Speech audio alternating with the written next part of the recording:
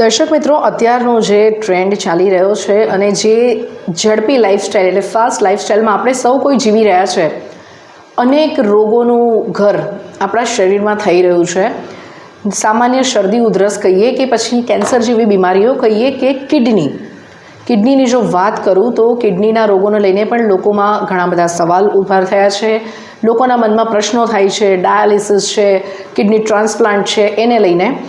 ત્યારે આ તમારા તમામ પ્રશ્નોના જવાબ આજે અમે લઈને આવ્યા છે. અમારી સાથે છે ડૉક્ટર સાગર જેઠવા. ડૉક્ટર, સ્વાગત છે તમારું સત્યડે ન્યૂઝમાં. હું છું દિશા દેસાઈ. દર્શક મિત્રો, સાગરભાઈનું ઇન્ટ્રોડક્શન આપું. ડૉક્ટર સાગરનું તો એમણે MBBS મેડિસિન્સ કર્યું છે સુરતથી, અને ત્યારબાદ નેફ્રોલોજી એમણે કમ્પ્લીટ કર્યું. એને 7 વર્ષ થઈ ગયા અને 2020થી વલસાડ જિલ્લાના વાપી ખાતે તેઓ જોઈન થયા છે, એટલે કે 4 વર્ષ પૂરા થયા છે. સાગરભાઈ, આપણે આજની આપણો કાર્યક્રમ સ્ટાર્ટ કરીએ. તમને પ્રશ્ન પૂછું ત્યારે સૌથી પહેલો પ્રશ્ન કે મેડિકલ લાઇનમાં જવાનો વિચાર કેવી રીતે આવ્યો તમને? To be very frank, honestly જો હું જવાબ આપું તો હું પહેલાં ડૉક્ટર બનવાનો જ ના હતો. ઓકે. જ્યારે હું નાનો હતો ત્યારે મારા ફાધરે મને એકચ્યુઅલમાં ટેકનિકલ લેવડાવ્યું હતું, અને એ વખતે અમારા ટાઈમે એવું હતું કે જે લોકો ટેકનિકલ લે એ લોકો પછી એન્જિનિયરિંગમાં જતા હોય છે, મેરિટ લિસ્ટ અલગ બનતું હતું. પણ સમહાવ તે વખતે કંઈ 2007નું કંઈ .com બબલને 2001માં આઈ થિંક .com બબલને થયું અને આઈટીનો ક્રેઝ એકદમ ડાઉન થયો હતો. એટલે પછી મેં મારા ઘરની વિરુદ્ધમાં જઈને મેડિકલ ફિલ્ડ ચૂઝ કરેલું હતું. બાકી નાનપણમાં મને એવું કોઈ વિચારેલું નહીં હતું કે મારે ડૉક્ટર જ બનવું છે. પણ હા, એ હતું કે મેં ઘરની વિરુદ્ધમાં જઈને આ ફિલ્ડ પસંદ કરેલું હતું. ઓકે. અને અત્યારે એમાં તમે? ના, હું ઘણો સેટિસ્ફાઈ છું. અને ઇવન મારા ફિલ્ડના થ્રુ અને મારી ડૉક્ટરી લાઈનના કારણે, મારા મેડિસિન ડૉક્ટર બનવાના કારણે મારા જ કુટુંબમાં 4-5 વ્યક્તિઓ, મારા ફાધરથી લઈને મારા બાથી લઈને, એ લોકોના જે અમુક રોગો હતા જે ઘણા અર્લી સ્ટેજમાં ખબર પડ્યા, જે કદાચ હું ડૉક્ટર ના હતે તો એ પોસિબલ નહીં હતું.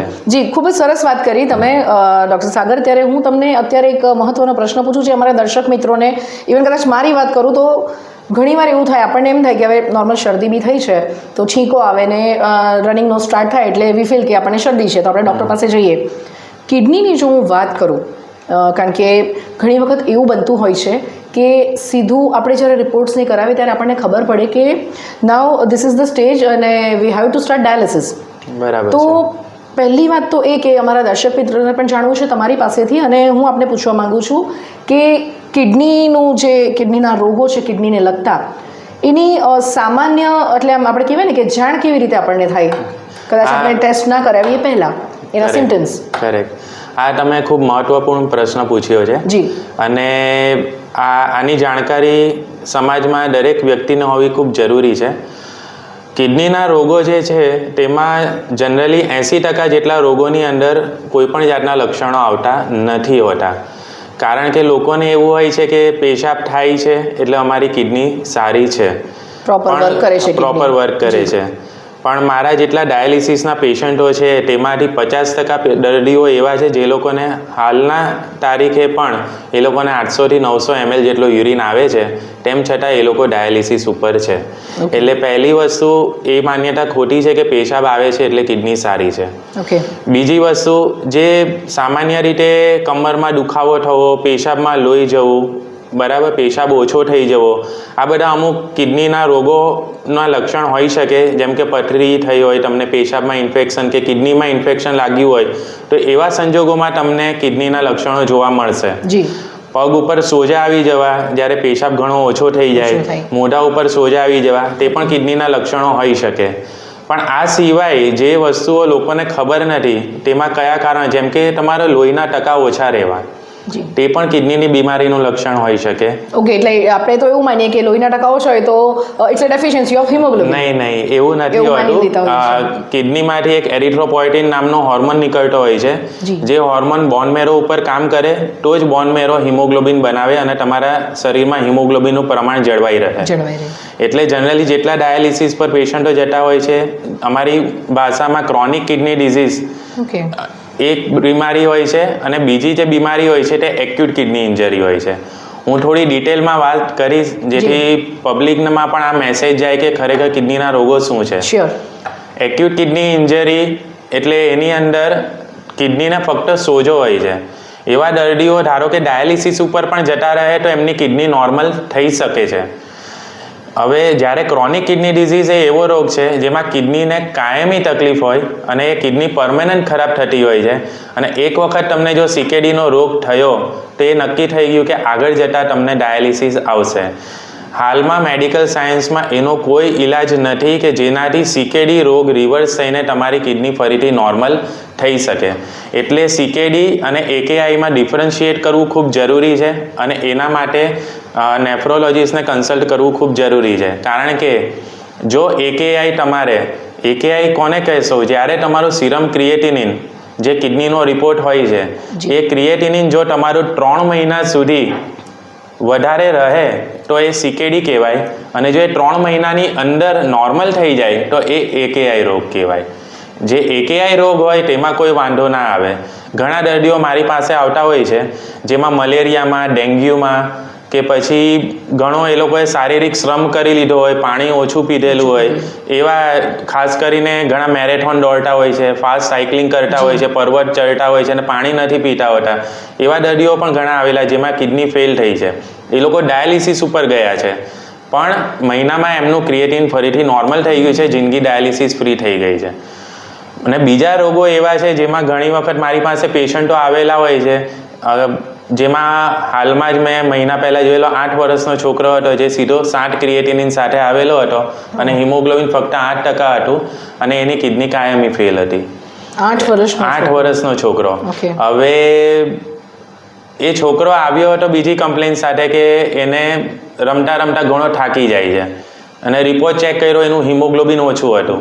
પછી કિડનીના રિપોર્ટ જોયા તો ખબર પડી કિડની પરમેનન્ટ ખરાબ છે. એટલે બંને કિડની ફેલ છે. એટલે આ ગભરાવા માટે નથી પણ આની જાણકારી હોવી જરૂરી છે. અવેરનેસ જરૂરી છે CKD માટે. કારણ કે CKDમાં એક વખત ક્રિએટિન તમારું 1.6 પણ થયું તો પણ એ નક્કી થઈ ગયું કે તમને ડાયાલિસિસ આવશે. પણ ત્યારે ઝડપથી એનું નિદાન કરીને દવા કરવાથી ફાયદો એ થશે કે જે કિડની દવા વગર તમારી 2 વર્ષ કે 3 વર્ષમાં ખરાબ થવાની હોય એને ડૉક્ટર દવાથી અને તમારી પડેજીથી આપણે એ કિડનીને બીજા 4-5 વર્ષ એક્સટેન્ડ કરી શકે જેથી 6-7 વર્ષ તમારી જિંદગીના ડાયાલિસિસ ફ્રી નીકળી શકે. પ્લસ મેડિકલ સાયન્સમાં ઘણા રિનોવેશન થઈ રહેલા છે, જેમ કે કિડની ટ્રાન્સપ્લાન્ટ છે, આર્ટિફિશિયલ કિડની છે.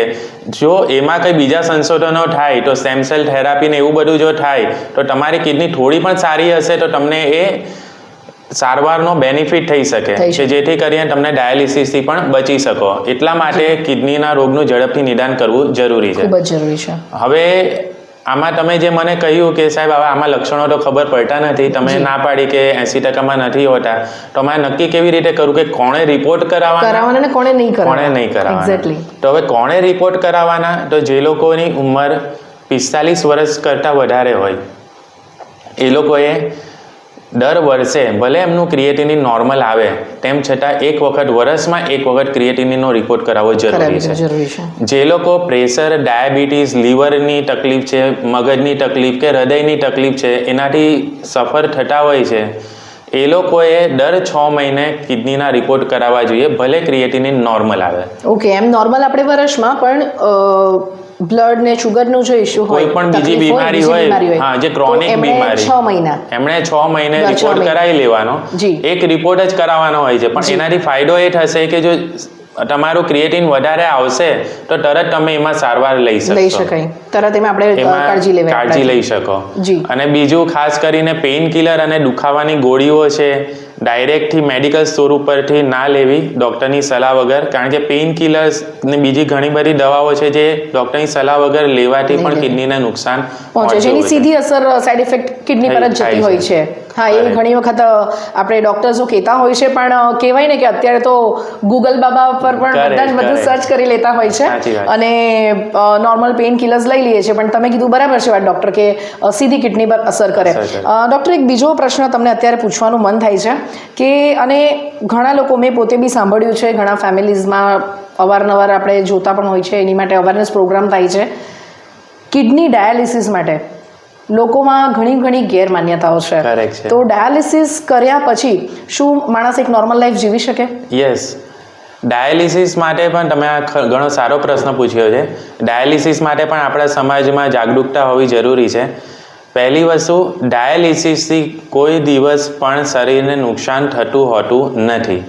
એટલે એ વસ્તુ મગજમાંથી કાઢી નાખવી કે ડાયાલિસિસ કરાવ્યું એટલે હવે અમારો કેસ ખરાબ થઈ ગયો, હવે માણસ વધારે જીવશે નહીં.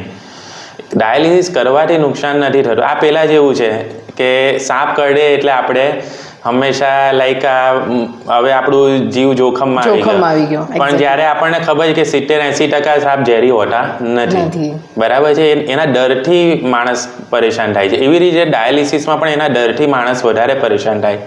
એમાં ગેરમાન્યતા એ હોય છે કે ડાયાલિસિસ કરાવીએ એટલે પછી જાતની તકલીફો ને બધું ચાલુ થાય છે. હવે એ એટલા માટે થાય છે કે ટાઈમ ઉપર ડાયાલિસિસ લોકો નથી કરાવતા હોતા. ટાઈમ ઉપર જો તમે ડાયાલિસિસ કરાવો તો તમને કોઈ વાંધો ના આવે. ડાયાલિસિસ શું છે? ડાયાલિસિસ એ ફક્ત ને ફક્ત જે કિડની બ્લડને પ્યોરિફાઈ નથી કરી શકતી, શરીરના ટોક્સિન્સને અને વધારાના પાણીને દૂર નથી કરી શકતી, એને આપણે મશીનથી કરી રહ્યા છીએ. એ મશીનથી આપણે એને ડાયાલિસિસ એટલે બ્લડનું શુદ્ધિકરણ, સાદી ભાષામાં જણાવો તો બ્લડનું શુદ્ધિકરણ અને વધારાનું પાણી કાઢી રહ્યા છીએ. હવે એનાથી નુકસાન નથી થતું હોતું, પણ જો શરીરમાં ટોક્સિન્સ વધારે રહ્યા જ કરે તમારા, તો એ પછી શરીરના હૃદય છે, ફેફસા છે, મગજ છે, લીવર છે, એને નબળા કરી દે. કોઈ પણ વસ્તુ વધારે પડતી હોવી એ હાનિકારક છે. હવે આપણે આપણા ઘરમાં કચરો ભેગો થતો હોય તો તમે કદાચ ઘરમાંથી કાઢો ના તો તમે કેટલો ટાઈમ ઘરમાં રહી શકો? ક્યારેક તો બીમાર પડશો જ. એવી જ રીતે શરીરના બીજા અંગોનું છે, જો આ ટોક્સિન્સ રિમૂવ ના થયા અને એ નબળા પડી ગયા તો એનો કોઈ ઓપ્શન આપણી પાસે નથી. કિડનીનો તો ઓપ્શન છે આપણી પાસે કે ભાઈ ટોક્સિન્સને ડાયાલિસિસ કરો અને કાઢી નાખો, પણ એનો ઓપ્શન નથી. એટલે થાય છે શું કે ટાઈમ પર ડાયાલિસિસ ના કરાવે, હૃદય નબળું પડી જાય, પછી છેલ્લા સ્ટેજ ઉપર આવો તમે, ના સાહેબ હવે અમારે કરાવવું છે, તો એ વખતે એમની ઓવરઓલ લાઈફ એક્સપેક્ટન્સી ઓછી થઈ ગઈ છે ઓલરેડી. એ બીજા ઓર્ગન ખરાબ થઈ જવાના કારણે, બરાબર છે. બાકી લોકો 10-10 વર્ષથી 15 વર્ષથી ડાયાલિસિસ કરાવવા માટે આવતા હોય છે, જાતે ઘરેથી આવે છે ગાડી ચલાવીને અને જાતે પોતે ઘરે જતા રહેતા હોય છે. જી, ડાયાલિસિસની વાત કરી ત્યારે એક બીજી ગેરમાન્યતા છે લોકોમાં, ટ્રાન્સપ્લાન્ટ. કરેક્ટ. કિડની ટ્રાન્સપ્લાન્ટ, જે કે ટ્રાન્સપ્લાન્ટ અને અત્યારે ડાયાલિસિસથી જ્યાં સુધી ચાલે છે ત્યાં સુધી ચલાવીએ. ટ્રાન્સપ્લાન્ટ મોંઘું છે, બરાબર છે, મોંઘું તો છે જ, પરંતુ આફ્ટર ટ્રાન્સપ્લાન્ટ એ વ્યક્તિના જીવનમાં ડૉક્ટર કેટલો ફરક આવે? સમજો કે 2 કિડની ફેલ છે અત્યારે અને 1 કિડનીનું ટ્રાન્સપ્લાન્ટ એમને, કિડની ડોનર પણ મળી ગયો છે એમને અને ટ્રાન્સપ્લાન્ટ થઈ ગયું છે, તો એ નોર્મલ લાઈફ જીવી શકે? યસ. તમે ડોનરની વાત કરી રહ્યા છો કે પછી રેસિપિયન્ટની? એટલે મીન્સ જેમની કિડની, જે રેસિપિયન્ટની, કે હું છું અને મારી કિડની ફેલ છે ને આઈ હેવ ગોટ ડોનર, મને ડોનર પણ મળી ગયા છે, પણ એક ડર છે મનમાં કે બોન મેરો પણ મેચ થઈ જાય છે, બધું જ થાય છે, પણ ટ્રાન્સપ્લાન્ટ પછી હું પોતે બી, અને ઇવન યસ એક્ઝેક્ટલી તમે જે કીધું ડોનરની પણ જે એક વાત હોય છે કે આપવાથી નુકસાન થાય છે કે કેમ? બરાબર, બંને જ વ્યક્તિઓ. બરાબર. હવે આપણે શરૂઆતમાં આપણે જ્યારે આ વાતચીત ચાલુ કરી ત્યારે જે CKDની મેં તમને વાત કરી, એક વખત છેલ્લા સ્ટેજ પર પહોંચે પછી તમારે ડાયાલિસિસ કરાવવું પડે. હવે જો ડાયાલિસિસથી તમારે બચવું હોય, ડાયાલિસિસ ના કરાવવું હોય, તો આપણી પાસે ઓપ્શન છે કિડની ટ્રાન્સપ્લાન્ટનો. હવે હું એકદમ સાદું ઉદાહરણ આપીશ. ડાયાલિસિસ એ તમારે સુરતમાં રહેવા જેવું છે અને કિડની ટ્રાન્સપ્લાન્ટ એ તમારે ન્યુયોર્કમાં રહેવા જેવું છે, અમેરિકામાં રહેવા જેવું. આટલો લાઈફસ્ટાઈલમાં ફરક હોય છે. એટલે હંમેશા જ્યારે પણ પેશન્ટ ડાયાલિસિસ ઉપર ચડે એ પછી જો એ ટ્રાન્સપ્લાન્ટ માટે સુટેબલ કેન્ડિડેટ હોય તો હંમેશા ટ્રાન્સપ્લાન્ટ કરાવવું 110% ડાયાલિસિસ કરતાં સારું હોય છે. બીજી વસ્તુ કે ટ્રાન્સપ્લાન્ટનો જે ખર્ચા વિશે જે માન્યતા છે કે ટ્રાન્સપ્લાન્ટની કોસ્ટ ઘણી વધારે છે, જ્યારે ડાયાલિસિસમાં તો હવે યોજનામાં ડાયાલિસિસ થાય છે, પૈસા નથી હોતા. પણ ડાયાલિસિસમાં તમારે રેગ્યુલર હોસ્પિટલે આવવું પડે, અઠવાડિયામાં 2 વખત આવવું પડે, મશીન પર બ્લડ ફિલ્ટર થાય. હવે બ્લડ જ્યારે મશીન પર ફિલ્ટર થતું હોય ત્યારે ઇન્ફેક્શન થવાના ચાન્સ વધી જાય, બરાબર. એ વ્યક્તિની મોબિલિટી ઓછી થઈ ગઈ, એમણે કશે પણ જવું હશે તો જ્યાં તમારે ડાયાલિસિસ સુવિધા હશે એ જગ્યાએ જ જવાશે. 1 દિવસ થાય કે 2 દિવસ થાય તરત ડાયાલિસિસ કરાવવું પડશે. પાણી ઓછું થઈ જશે. જી. તમે જસ્ટ ઇમેજિન કરી શકો કે આપણે 3 લીટર 2 લીટર 4 લીટર પાણી પીતા હોય અને અચાનકથી તમને કોઈ એવું કહે કે ખાલી 800 ml પાણી પીવાનું છે, જી, તો એમની જે લાઈફ હશે, ખોરાકમાં રિસ્ટ્રિક્શન થઈ જશે, બરાબર છે, પેશાબ એકદમથી બંધ થઈ જશે, તો યુરિનમાં ઇન્ફેક્શન લાગે, બધી તકલીફો થશે. તો આ બધા ઘણા કોમ્પ્લિકેશનો હોય છે જેના કારણે ડાયાલિસિસ વાળા દર્દીને અવારનવાર હોસ્પિટલમાં એડમિટ થવું પડતું હોય છે. બરાબર, એમની ઇમ્યુનિટી ઓછી થવાના કારણે. તો ઓવરઓલ જો તમે 4 વર્ષ પેશન્ટ ડાયાલિસિસ પર હોય, એનો ખર્ચો જો તમે જુઓ, હોસ્પિટલાઇઝેશનનો ને એ બધી વસ્તુઓ, બરાબર, અને ટ્રાન્સપ્લાન્ટનો તમે 4 વર્ષ પછીનો કોસ્ટ ટોટલ જોશો, તે ટ્રાન્સપ્લાન્ટનો કોસ્ટ ઘણો ઓછો હોય છે ડાયાલિસિસ વાળા દર્દી કરતા. એટલે ઇક્વિવેલન્ટ પણ નહીં, ઓછો હોય છે. ઇક્વિવેલન્ટ પણ નહીં, ઓછો હોય છે. અને પ્લસ તમારી ક્વોલિટી ઓફ લાઈફ સારી હોય છે, સારી જાય છે. કારણ કે એક વખત ટ્રાન્સપ્લાન્ટ થાય એટલે વ્યક્તિનું જીવન ડાયાલિસિસ ફ્રી થઈ જાય છે. ફરીથી એ નોર્મલ 4 લીટર 3 લીટર યુરિન કરતા થઈ જાય છે, પાણીમાં છૂટ મળે છે, બરાબર છે. પ્લસ એમની ઓવરઓલ લાઈફ એક્સપેક્ટન્સી વધી જાય છે, કારણ કે ડાયાલિસિસમાં ઘણીવાર વ્યક્તિઓ કંટાળી જતા હોય છે, રોજ સોય ખાવાની, ડાયાલિસિસમાં જવાનું, તો એ ઘણું ટ્રબલસમ હોય છે, પેઇનફુલ હોય છે, એટલે ઘણી વખત દર્દીઓ કંટાળી જતા હોય છે.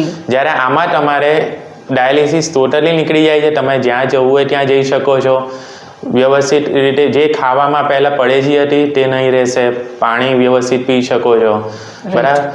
તો ટ્રાન્સપ્લાન્ટ હંમેશા ડાયાલિસિસ કરતાં ક્વોલિટી ઓફ લાઈફ પણ, અને 4 વર્ષ પછી તમે ટોટલ એનો કોસ્ટ પણ જોશો તે પણ ઓછો હોય છે. પ્લસ હવે તો ગવર્મેન્ટ પણ ટ્રાન્સપ્લાન્ટને ઘણું પ્રોત્સાહન આપે છે, પ્રધાનમંત્રી યોજનાની અંદર પણ થાય છે.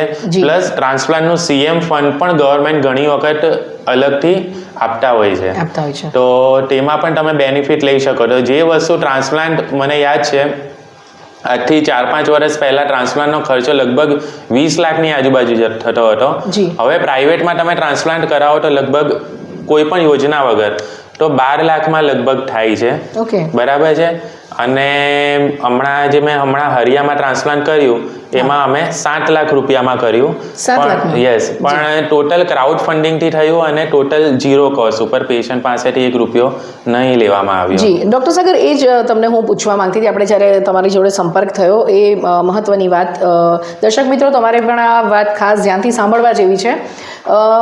ડૉક્ટર, વલસાડ જિલ્લામાં આ ટ્રાન્સપ્લાન્ટનો પ્રથમ કિસ્સો થયો, કારણ કે અત્યાર સુધી કેવું હતું કે ટ્રાન્સપ્લાન્ટ માટે લોકોએ સુરત ઓર મુંબઈ કે અમદાવાદ સાઈડ જવું પડતું હતું, અને વલસાડ જિલ્લામાં આ પ્રથમ કિસ્સો થયો. દર્શક મિત્રો, એક યુવતી 24 થી 28 વર્ષની ઉંમરની એક યુવતી, એક દીકરી, જેને એના પિતાએ કિડની ડોનેટ કરી છે.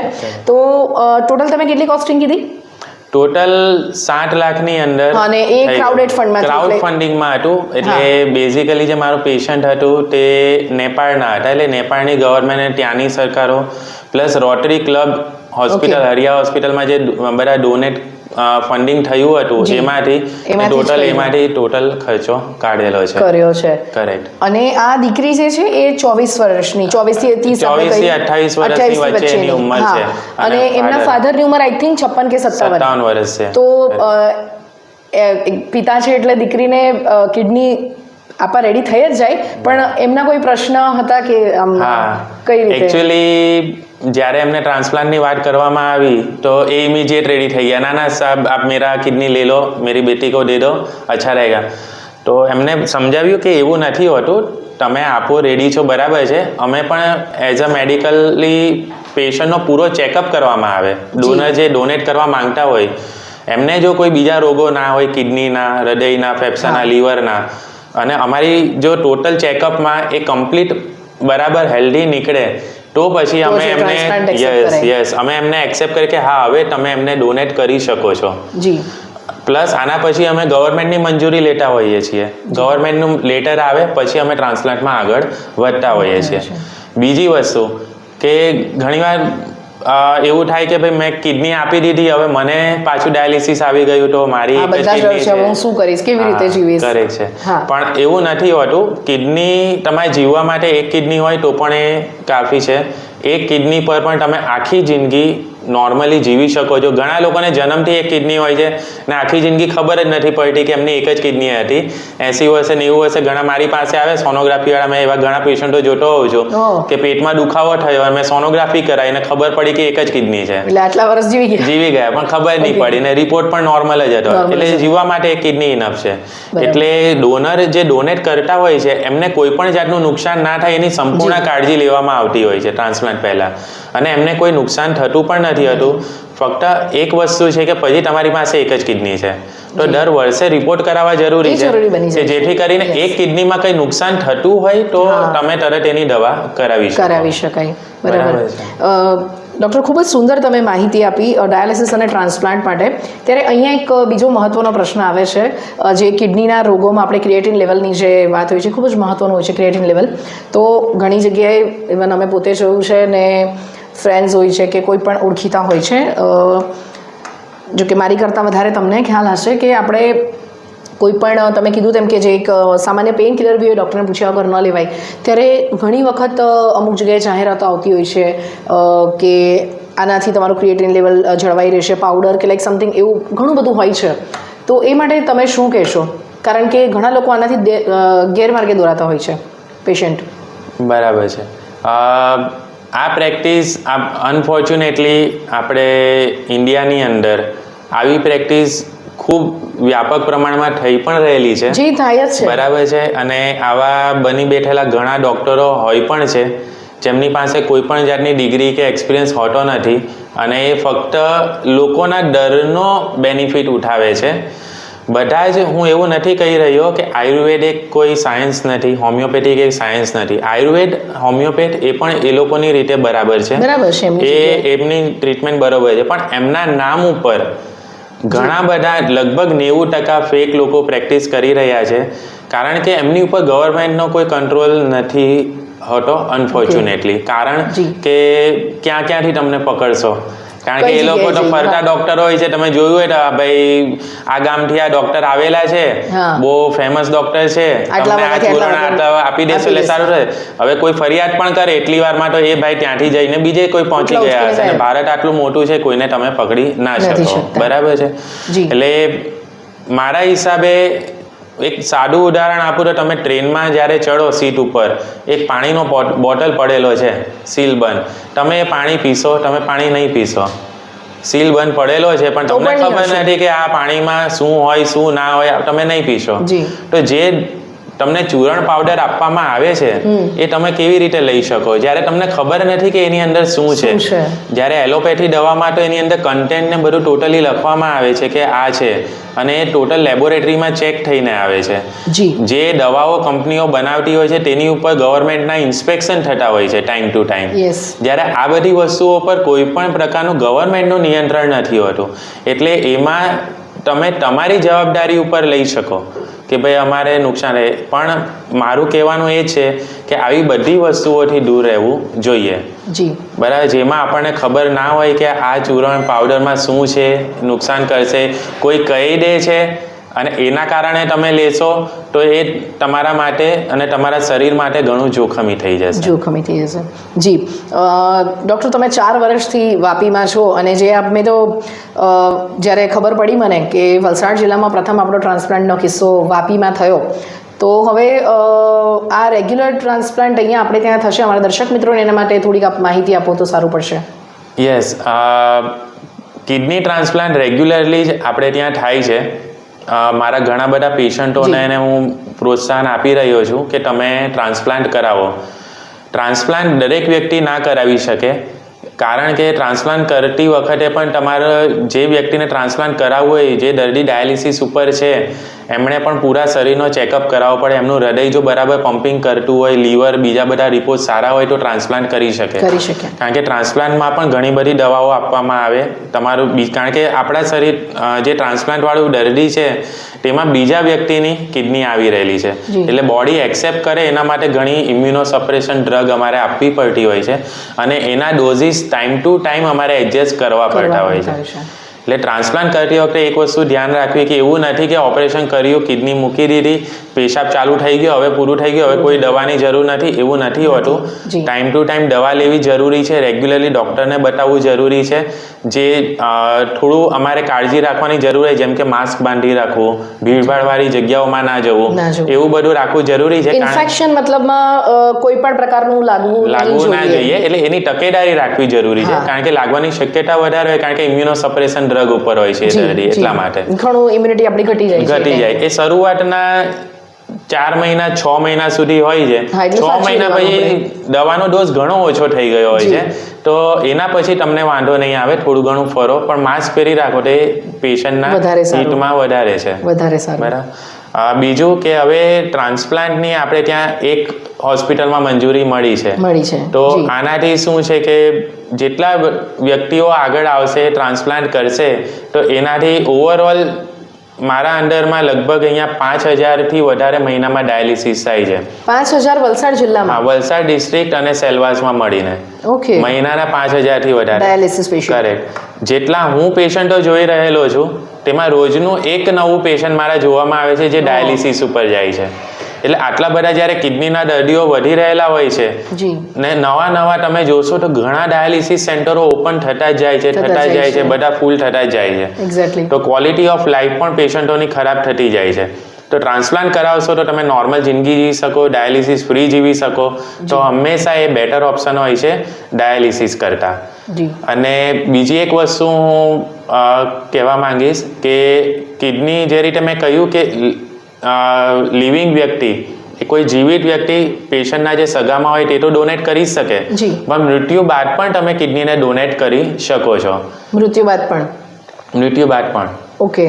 અને એટલે કેટલા કલાક? એટલે મૃત્યુ થઈ જાય તરત એ રીતે નહીં, પણ ઘણી વખત તમે જોયું હોય તો જે ઘણા દર્દીઓ બ્રેઇન ડેડ હોય છે, બ્રેઇન ડેડ હોય છે, એ લોકોને મગજમાં હેમરેજ થઈ ગયું, લકવો મારી ગયો, કે અનફોર્ચ્યુનેટલી એક્સિડન્ટ થઈ ગયું અને બ્રેઇન ડેડ થઈ ગયા, તો એવા દર્દીઓ ફક્ત વેન્ટિલેટર ઉપર જીવતા હોય છે. તો એવી વ્યક્તિઓને એમના ઘરના કુટુંબીઓએ એટલું વિચારવું જોઈએ કે જો આ વ્યક્તિનું હૃદય, કિડની અને લીવર, અત્યારે આ 3 ઓર્ગનમાં આપણે ત્યાં ટ્રાન્સપ્લાન્ટ થાય છે ઇન્ડિયાની અંદર. હૃદય, હાર્ટ ટ્રાન્સપ્લાન્ટ, લીવર ટ્રાન્સપ્લાન્ટ અને કિડની ટ્રાન્સપ્લાન્ટ. જો તમે એ ડોનેટ કરો, એ વ્યક્તિને જો સારું હોય તો એક હૃદયથી એક જિંદગી, એક લીવરથી એક જિંદગી અને 2 કિડનીથી 2 જિંદગી. તો એક મૃત વ્યક્તિ બીજી 4 વ્યક્તિને જીવન આપી શકે છે. ને જેટલા પણ ટ્રાન્સપ્લાન્ટ છે, હાર્ટ ટ્રાન્સપ્લાન્ટ છે, લીવર ટ્રાન્સપ્લાન્ટ છે અને કિડની ટ્રાન્સપ્લાન્ટ, એમાં કિડની ટ્રાન્સપ્લાન્ટ સૌથી સક્સેસફુલ છે. કિડની ટ્રાન્સપ્લાન્ટનો સક્સેસ રેશિયો 98 to 99% છે. એટલે લોકોમાં જે માન્યતા છે, દર્શક મિત્રો, આજે ડૉક્ટર સાગરે ઘણી બધી આપણી ગેરમાન્યતાઓ દૂર કરી અને સક્સેસ રેટની પણ તમે જે વાત કરીને મેં કીધું કે વલસાડ જિલ્લામાં આપણે કહેવાય કે ટ્રાન્સપ્લાન્ટનો જે પહેલો કિસ્સો હતો ને મંજૂરી આપણને મળી ગઈ છે. ડૉક્ટર સાગર, અમને જણાવશો કે મંજૂરી મળીને કેટલા સમયમાં ટ્રાન્સપ્લાન્ટ સ્ટાર્ટ થઈ ગયું આપણે, કે આ પહેલો કેસ બન્યો? મંજૂરી મળી અને એના 2 વર્ષની અંદર જ આપણે પહેલું ટ્રાન્સપ્લાન્ટ કર્યું છે. બરાબર. મને ધ્યાન છે જ્યાં સુધી ઘણા વર્ષો થઈ ગયા, પણ સુરત ખાતે મંજૂરી મળી હતી અને લગભગ એના ઘણી હોસ્પિટલો એવી હતી કે મંજૂરી મળી, પણ તેમ છતાં 4-5 વર્ષ પછી આઈ થિંક, એટલે કદાચ મારી ઇન્ફોર્મેશન કંઈ રોંગ ના હોય તો. જી. તો આજે સાગરભાઈ, અમે લોકો કહી શકીએ ગર્વ સાથે કે વલસાડ જિલ્લામાં ટ્રાન્સપ્લાન્ટ, આપણે મેડિકલી કોઈને ના કહીએ કે આપણે તકલીફ આવી જાય, પણ જો આવી કોઈ તકલીફ આવી તો ટ્રાન્સપ્લાન્ટ માટે હવે આપણો વલસાડ જિલ્લો સક્ષમ છે. અને એની માટે આપણે મુંબઈ કે સુરત સુધી દોડવું નહીં પડે. અને રેટ્સ બી જે એમણે કીધા કે ડાયાલિસિસ, કારણ કે આજે કેવું ડૉક્ટર સાગર કે મેડિકલી આપણે ઇલનેસ આવી જાય આપણા ફેમિલીમાં, તો મેડિકલનો ખર્ચો એટલે સ્વાભાવિક છે કે ડર લાગે.